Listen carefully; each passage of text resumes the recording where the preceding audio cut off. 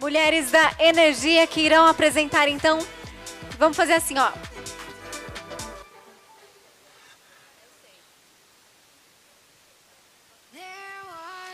Então, olha só, eu sei que a gente já está cansado, 18 horas, mas a gente ainda tem 2 painéis e elas merecem a nossa energia, a nossa atenção, não é? São mulheres que esperaram bastante para estar aqui com a gente, então eu conto com vocês. Vamos lá, recebam com aplausos Bárbara Pisolato, líder em iniciativas tecnológicas sustentáveis. Ela que será a nossa moderadora. Seja bem-vinda, Bárbara. Recebam também com muito carinho Gláucia Roveri dos Santos, manager da GM South America. Muito bem-vinda, Gláucia. Joandra Ribeiro Gomes, engenheira de projetos sênior na UCB Power. Seja bem-vinda. E também quero convidar ela, Cíntia Iannuzzi, head de produto na Senec PV e Latam 2026. Seja bem-vinda. Super time, Bárbara, Gláucia, Joandra e Cíntia. Mulheres da energia, vocês têm 40 minutos, tá bom? Muito obrigada e bom trabalho. Boa tarde, pessoal. Feliz que ainda tem gente aqui. Vamos lá. Muito prazer, eu sou Bárbara Pisolato, sou diretora de Off-Grid, Microgrid Business da Huawei. Não sou velha, sou experiente, tenho 25 anos trabalhando no mundo de energia, de missão crítica, e há um ano eu assumi esse novo desafio, que é trabalhar no mercado de off-grid e microgrid. E eu queria pedir para minhas colegas se apresentarem também, por favor.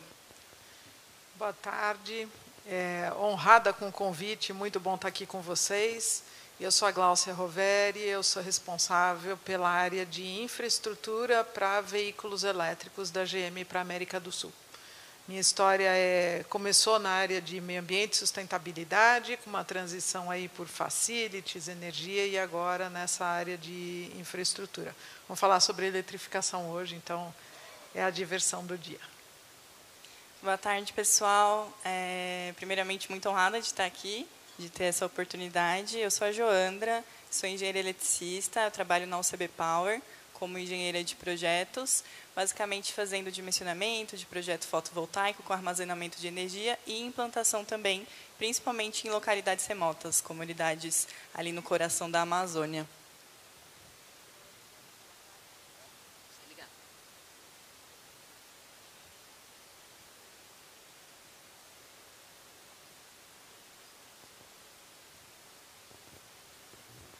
Oi, gente, boa tarde. Eu sou Cíntia Iannuzzi, sou head de produtos de construção na Nuremberg Messe. A Nuremberg é uma organizadora de eventos e a gente está no Brasil aí há mais de 15 anos. Eu represento aqui o portfólio de construção e a gente está trazendo a SNEC para o Brasil. Então, terei hoje a oportunidade aqui de dividir um pouquinho desse cenário com vocês. E, claro, estou muito honrada de participar já desse encontro. É a primeira vez que eu estou aqui em contato com todo o segmento. Estou muito feliz aqui de ter essa oportunidade com vocês. Bom, eu acho que esse evento ele é de uma relevância sensacional, porque, além da gente estar falando de energia, que hoje ninguém, acho que imagina a vida sem, tem a questão de sustentabilidade e tem a questão social. Não só pelo desenvolvimento social que a energia traz para a população, mas como para nós mulheres também, né? A questão da equidade, e ver um auditório desse lotado de mulheres é muito orgulho. Eu brinco que quando eu cheguei aqui era tudo mato, né? Nós éramos muito poucas, né? Então, eu acho que é um orgulho e tem uma representatividade muito grande aqui. E aí eu quero aproveitar o gancho de palestras muito legais que tiveram aqui, de discussões extremamente ricas, né, para trazer esse tema que é mobilidade e armazenamento. Então, a gente a gente viu a apresentação sobre a Amazônia, num ano onde nós vamos ter COP30 no Brasil. Então, eu acho que é extremamente relevante o que a gente vai trazer aqui, né? Para quem assistiu a apresentação sobre a Amazônia, eu vou trazer alguns dados aqui.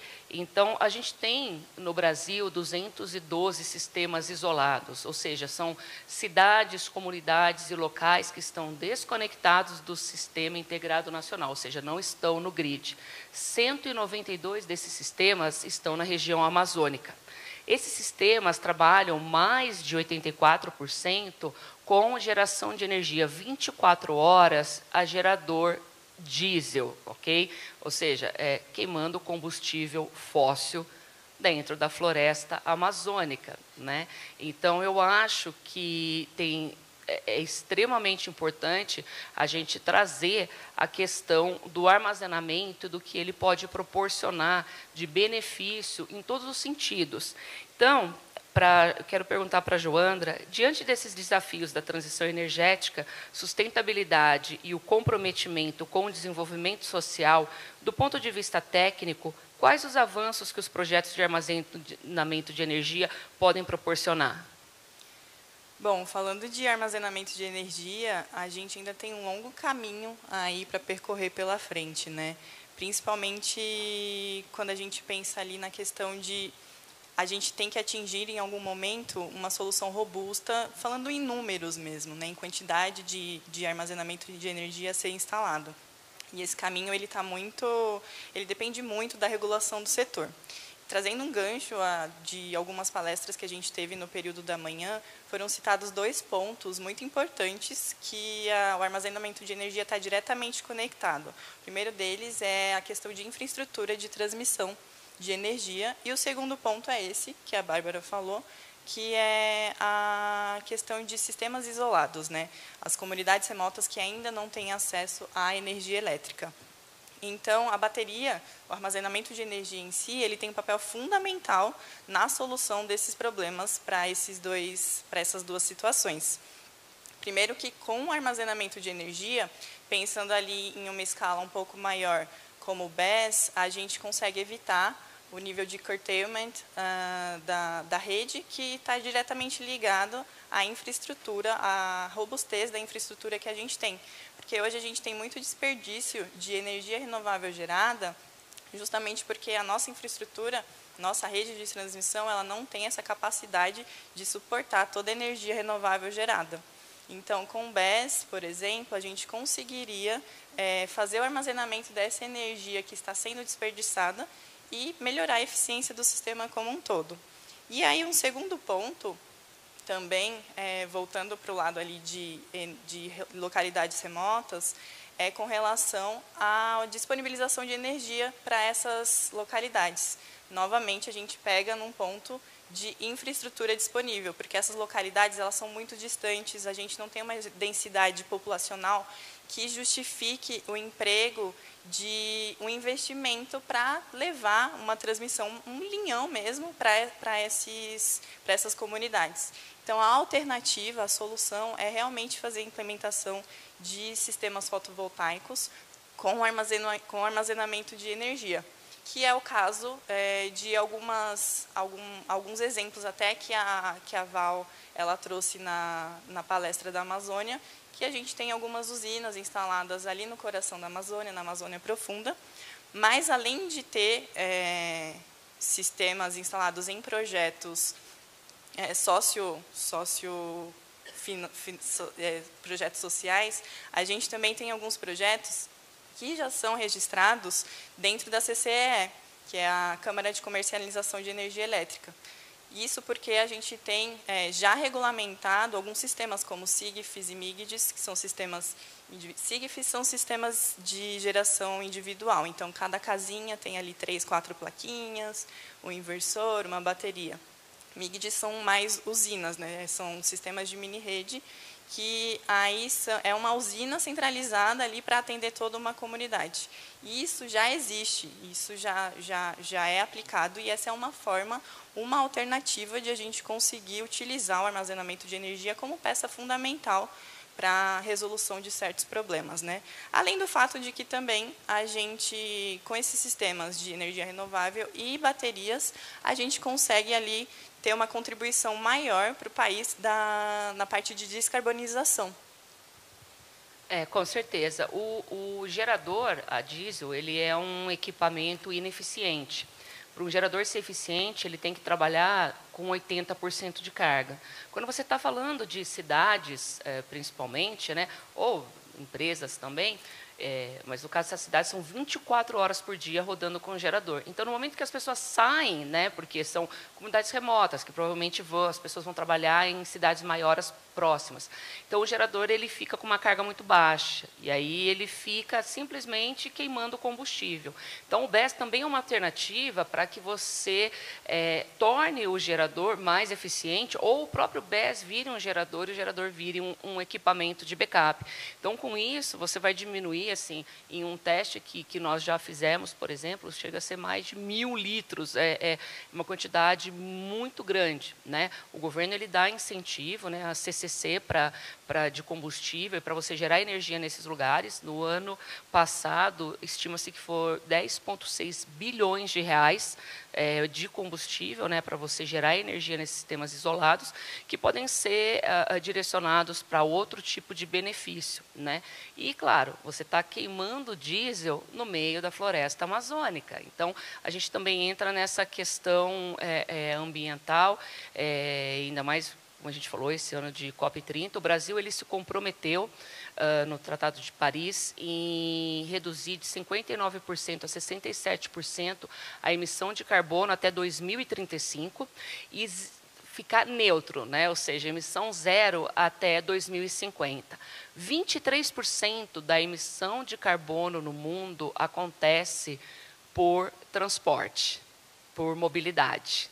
Então, se o Brasil quiser cumprir esse objetivo, né, que ele assumiu formalmente, globalmente, reduzir de 59% a 67% até 2035 e mais, zerar até 2050, é inevitável a eletrificação de frotas, investir na mobilidade elétrica, que hoje tem um grande gap, que é a infraestrutura, né?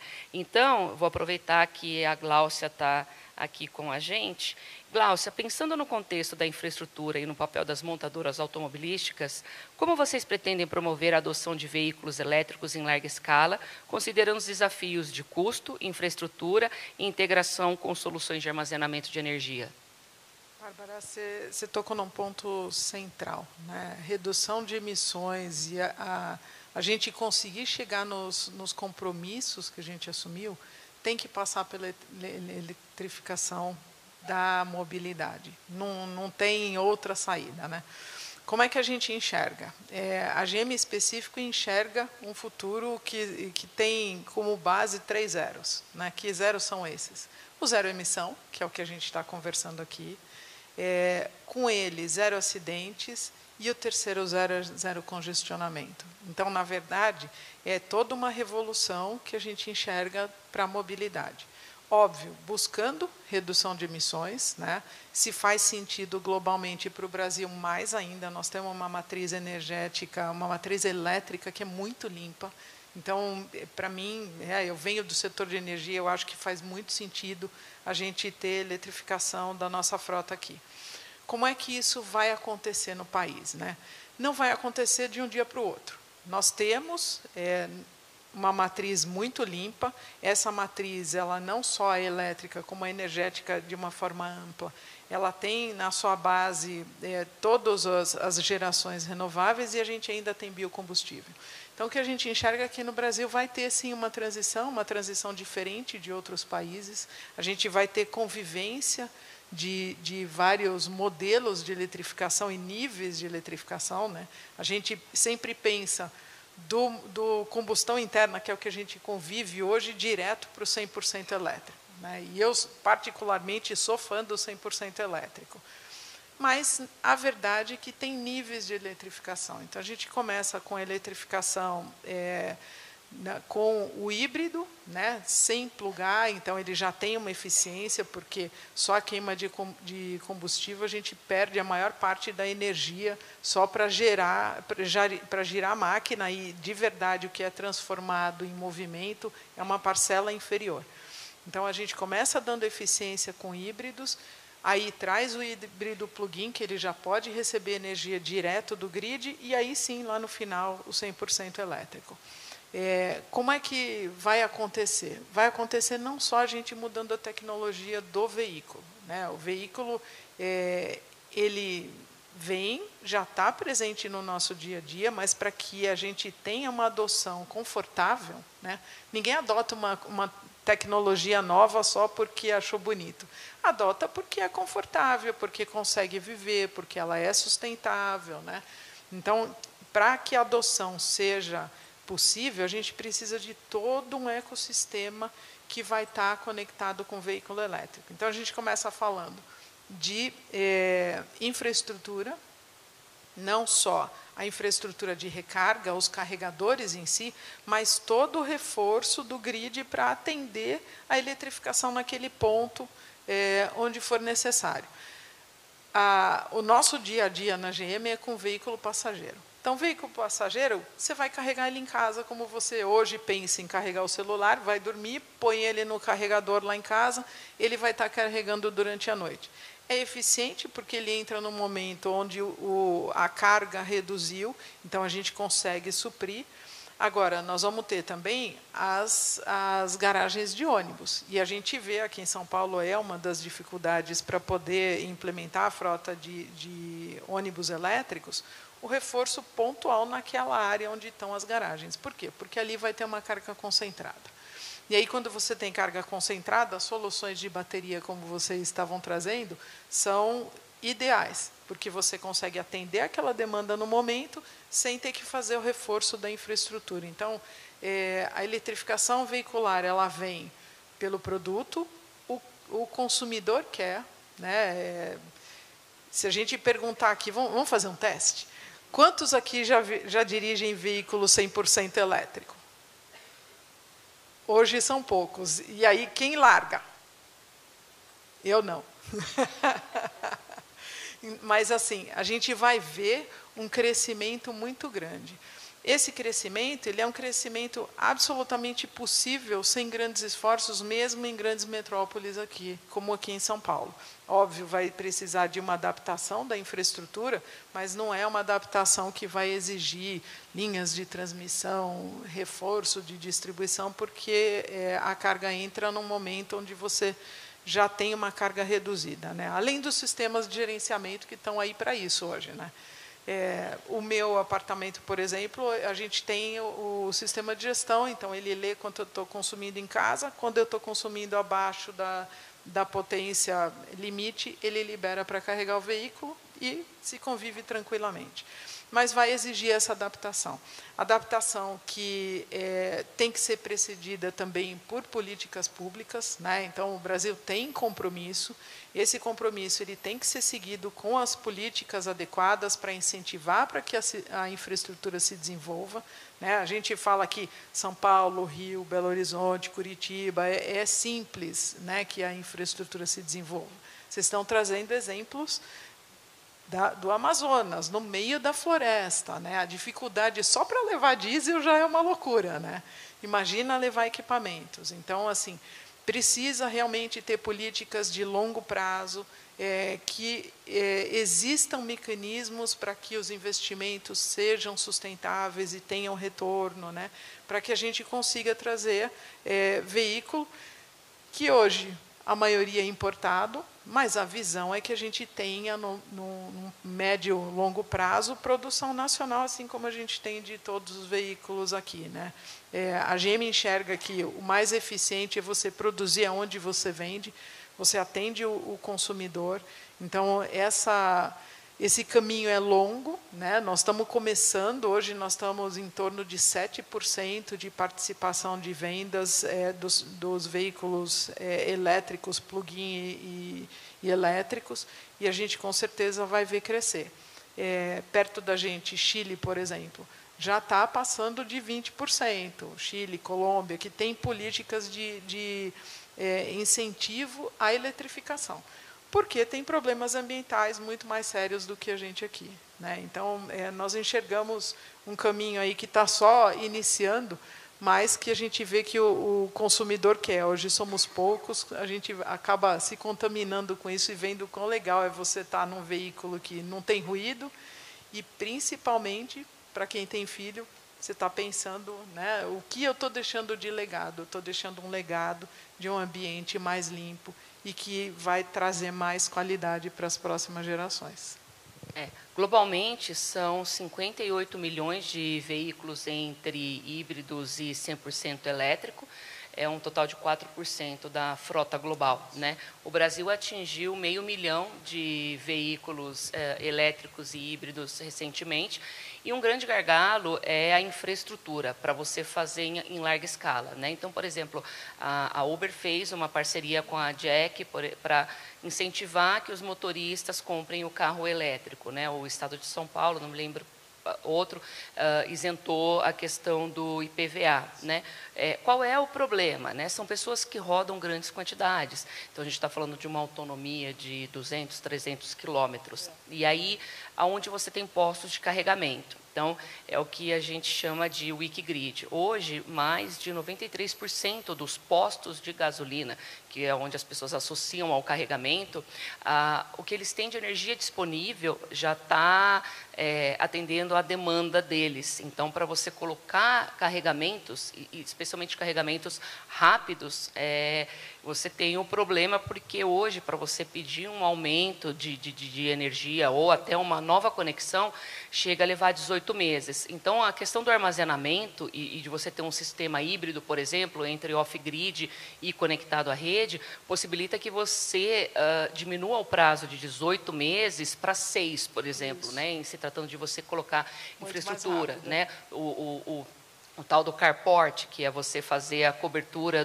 da onde você vai estacionar o carro, do próprio posto, enfim, colocar no telhado as placas solares, também permite que você faça a geração solar para fazer um complemento ao grid quando você tem essa questão de WIC, né?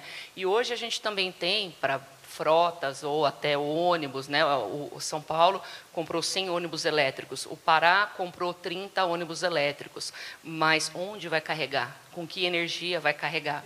Então, são os pontos de concentração, né? Exatamente. Então, é muito interessante, porque aí você entra com as baterias, porque no consumo diário você não tem um flat de consumo total. Então, nos momentos onde você tem uma demanda menor, mas você está gerando, você pode armazenar para fazer o carregamento, né? E hoje a tecnologia permite carregadores que carregam 1 km por segundo. É lógico que quando um não quer, dois não fazem, né? Então, por exemplo, na China a gente carrega 1 km por segundo porque as baterias também já evoluíram para poder receber essa quantidade de energia, né? Aqui a gente ainda está numa bateria um pouco inferior, mas, por exemplo, quando você constrói vamos falar, um posto para carregamento de veículo elétrico, né? Então, a gente, por exemplo, tem uma tecnologia onde você tem uma unidade de potência de 720 kW, que você divide em 6 dispensers com 2 mangueiras cada um. Então, se encostar um carro pequeno de passeio lá, que, por exemplo, que é o que está sendo incentivado, né, para maior escala, que vai consumir 37 kW, e, ao mesmo tempo, um ônibus ou um caminhão, que são 2 entradas de 100, 150 kW, ele faz o balanceamento e entrega desde que o todo chegue a 720. Então, isso é uma coisa que possibilita você fazer a larga escala e também até trazer o transporte público, né, para a área da eletrificação, né? E com a bateria, você consegue também otimizar o que tem aí remanescente no que você já comprou, mas você pode agregar renovável. Então, assim, você, além de tudo, pode carregar o veículo elétrico com energia fotovoltaica, por exemplo. Então, eu acho que isso é muito interessante. Mas esse tema de armazenamento, de mobilidade elétrica, ele é muito amplo, né? O armazenamento em si, a gente já falou aqui, né? Então, a questão de você poder fazer o carregamento veicular, você poder utilizar durante a noite, você levar energia renovável para sistemas que estão no meio da floresta amazônica hoje, à base de combustível fóssil. A gente tem o BES, sendo utilizado para fazer o peak shaving, a gente tem o BESS para evitar curtailment, a gente tem o BESS para evitar fluxo reverso, por exemplo. Então, você, ao invés de ficar injetando, você armazena e realoca. É uma série de aplicações, é um conteúdo muito amplo. Então, eu acho que a Cíntia pode trazer para a gente aí o que o mercado de evento, a chegada da Snack no Brasil, pode trazer de conteúdo, de informação, para enriquecer ainda mais aí o repertório do pessoal que está trabalhando no ramo de energia. Não, super. A gente tem bastante coisa para agregar, na verdade, para aprender com todas vocês. São nomes super difíceis, né, que vocês mencionaram aqui. E nós identificamos essa movimentação, né, do quanto que a transição de energia tem ganhado espaço, quanto que a América Latina também tem a oportunidade de se desenvolver. E a Nuremberg estreitou esse relacionamento com a Snack China através da Workstream, na figura do Sérgio, que nos conectou aí para trazer o evento. E a gente sabe que lá é onde tudo acontece, né? Lá é onde são os grandes lançamentos, é onde todas as informações de novidades que vêm para o setor são apresentadas. E aí veio essa oportunidade única da gente trazer o evento para cá, já com uma primeira edição marcada para março. Ele tende a ser um evento com exposição para as empresas. A gente tem parte da negociação sendo feita lá pela China e a outra parte aqui pelo time do Brasil, mas ele vem com uma exposição, ele vem com um congresso, vem com bastante conteúdo para ajudar e engajar cada vez mais essa comunidade, né, com o desenvolvimento e acho que a aplicação de fato no nosso dia a dia. O evento vai ser realizado aqui no Distrito AMB, é uma casa nova, foi repaginado, então está muito bem localizado para abraçar todo esse novo formato e a gente está bem ansioso para ver tudo isso acontecer. A gente fez o lançamento tem 2 semanas apenas, iniciamos as vendas com as empresas também na semana passada e teve uma excelente aceitação. Então a gente acha que isso vai ganhar um movimento muito maior ali, né? E acho que os próximos passos a gente estar muito em contato com todos vocês para entender cada vez mais do segmento e levar o que de fato faz sentido, né? De ser um evento disruptivo, de trazer as informações e criar ali as ativações necessárias para todos que vão visitar. A gente está bem ansioso para pôr a mão na massa em si.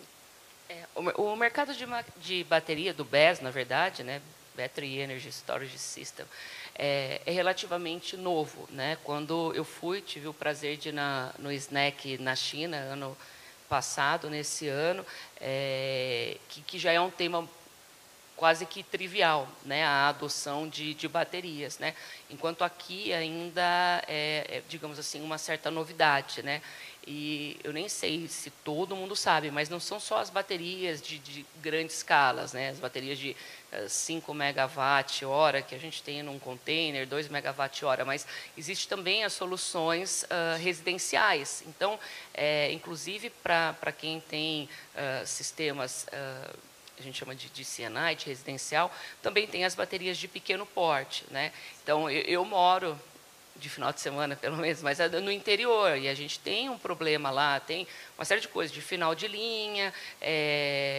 e aí a questão da bateria trouxe uma melhora em diversos aspectos, né?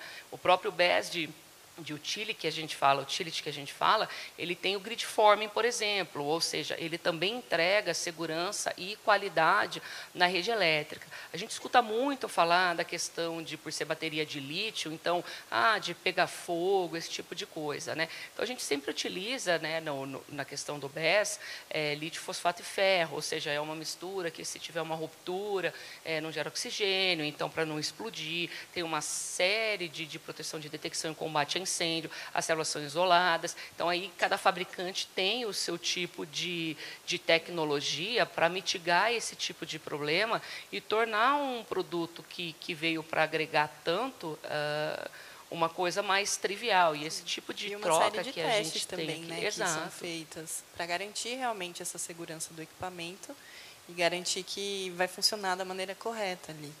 E, como você falou, a parte de BES é algo muito novo, começou mesmo ali com o marco da GD, depois do lançamento do projeto de lei, e vem aumentando cada vez mais, né? Principalmente no âmbito da utilização residencial mesmo. Mas ainda é tudo muito novo, o pessoal ainda não sabe como que funciona a tecnologia, o que tem que colocar, o que tem que investir, o que tem que aplicar. Então, vai desde o entendimento ali do funcionamento, né, do sistema até mesmo como colocar isso em ação dentro da própria residência. É a questão de você calcular, porque a questão do CAPEX, do investimento que você vai fazer, ela é muito importante, mas não é um investimento a curto prazo. A gente fala de um BES, de uma bateria de lítio, de uma vida útil de 15 anos, né? Porque é uma bateria diferente, é diferente de uma bateria automotiva, que são poucos ciclos. A gente está falando de bateria de 3.000, 6.000 ciclos. Então, é um equipamento que você vai investir e a conta tem que ser feita de maneira diferente, né? Durante 15 anos, o quanto que eu vou economizar de energia. E para as empresas agora, existe a questão de crédito de carbono, então, a partir do momento em que o meu gerador passa a ser um backup e você tem a bateria como uma geradora, junto com um sistema fotovoltaico, ou pode ser um eólico, enfim, como que você vai, inclusive, monetizar essa questão de deixar de fazer a emissão de carbono, porque o interessante é que, até pouco tempo atrás, essa questão de sustentabilidade ESG, ele era um speech bonito, né? E aí ele virou um KPI e hoje se transformou em ação. E aí a gente tem o governo, por exemplo, com programas muito interessantes. Você tem o Pro Amazônia Legal, por exemplo, que incentiva você a fazer hibridização de sistemas, você diminuir a utilização de diesel e aumentar a eficiência de usinas termoelétricas. Você tem o SIGFI, o MID, que são já para aplicações um pouco menores.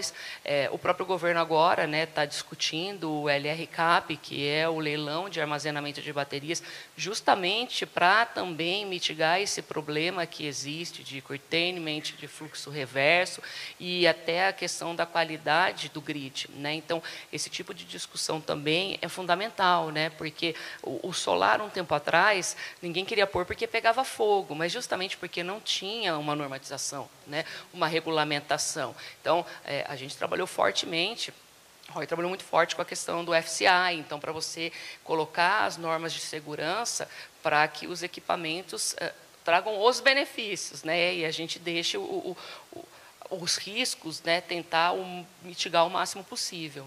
E, em última análise, né, a gente falando de segurança de baterias e durabilidade, tem sempre uma analogia, né? Então, vida útil de bateria, certo? A gente sabe que dura 15, 20 anos. Ainda tem analogia com a bateria chumbo ácido do veículo, que tem aquele seu ciclo de 2 anos e meio, você está trocando. Uma bateria dessas tem uma vida muito mais longa. Ao mesmo tempo, em termos de segurança, enquanto ainda tem esse fantasma do incêndio, se a gente compara com um gerador a diesel, gente, e um tanque de diesel, que é explosivo, né, o risco é muito maior. Quando a gente coloca sistemas de bateria, o risco é muito menor. Então, acho que tem também esse lado, e que é isso que a gente está aqui um pouco hoje, né, aprendendo, que é entender como é que funciona uma bateria e quais são os riscos reais, né? Se a gente fizer a comparação com a tecnologia que a gente tem hoje, um sistema eletrificado ele tem um risco muito menor do que comparado com gerador a diesel, por exemplo, né? Não, com certeza. E é interessante porque as tecnologias que são aplicadas hoje nesses sistemas são inovadoras, né? Então, você tem, por exemplo, o BES de utility bem grande, onde você tem, por exemplo, num container de 20 pés, você consegue colocar 4 megawatt-horas, mas aí você tem uma refrigeração líquida, ou seja, para não ter perigo de superaquecimento, porque é um equipamento feito para ficar no tempo. Por exemplo, região amazônica, norte, nordeste, onde você tem aí temperaturas muito elevadas. Então, o sistema já é pensado para isso. O carregamento ultra rápido, onde você carrega 1 km por segundo, As mangueiras são refrigeradas com liquid cooling, porque é para passar uma corrente tão alta e não ter perigo de pegar fogo. Inclusive, a gente tem um estudo, né, que nunca teve caso de pegar fogo no carregador ultra rápido. Já teve caso de, por exemplo, pegar fogo em bateria de chumbo ácido no veículo, mas no carregador não, porque a tecnologia permite itens de segurança. Então, é muito importante, quando for trabalhar um projeto de bateria, saber a procedência, saber quais são os itens de segurança para você, porque ainda está em fase de regulamentação, né? Então, para que aconteça a mesma coisa que aconteceu com o solar. Então, que venha uma inovação, que venha um benefício e que os riscos sejam dirimidos ao máximo. Isso aí. Alguém quer acrescentar mais alguma coisa? Então, tá bom. Muito obrigado, gente. Obrigada, Joana, Gláucia, Cíntia. Muito obrigada a elas que apresentaram o painel Brasil em Movimento, Mobilidade Elétrica e o Futuro da Energia Armazenadas. Vamos receber, então, o troféu de participação aqui, os mimos das meninas aí me auxiliando, e depois a gente faz a foto para finalizar este painel.